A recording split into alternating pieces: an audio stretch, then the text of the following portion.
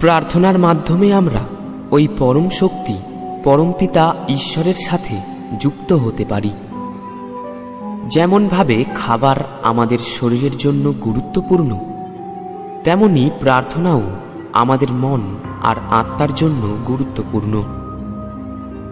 প্রার্থনা ভরা হৃদয় বিশ্বাস আর প্রসন্নতায় ভরে থাকে।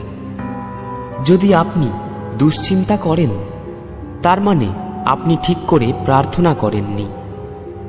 আর যদি আপনি সত্যি মন থেকে প্রার্থনা করেছেন, তাহলে চিন্তা কেন করেন?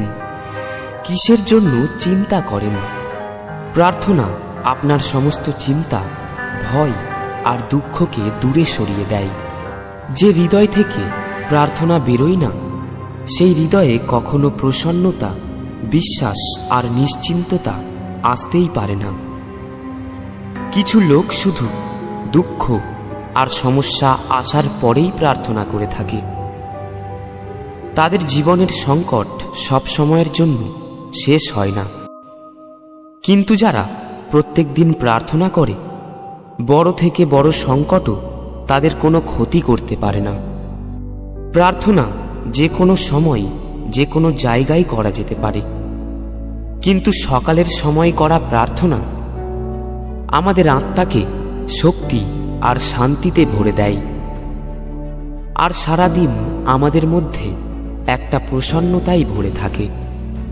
আজ থেকে প্রত্যেকটা দিন আমরা সর্বশক্তিমান ঈশ্বরের কাছে এই প্রার্থনাটা করব, যেটা আদিকাল থেকে আধ্যাত্মিক শক্তিতে ভরা আত্মায় জাগ্রত লোকেরা করে এসেছে আর আজও করছে। প্রার্থনা সবসময় মানুষের জীবনে চমৎকার করেছে, আর আজও এই প্রার্থনা লোকের জীবনে চমৎকার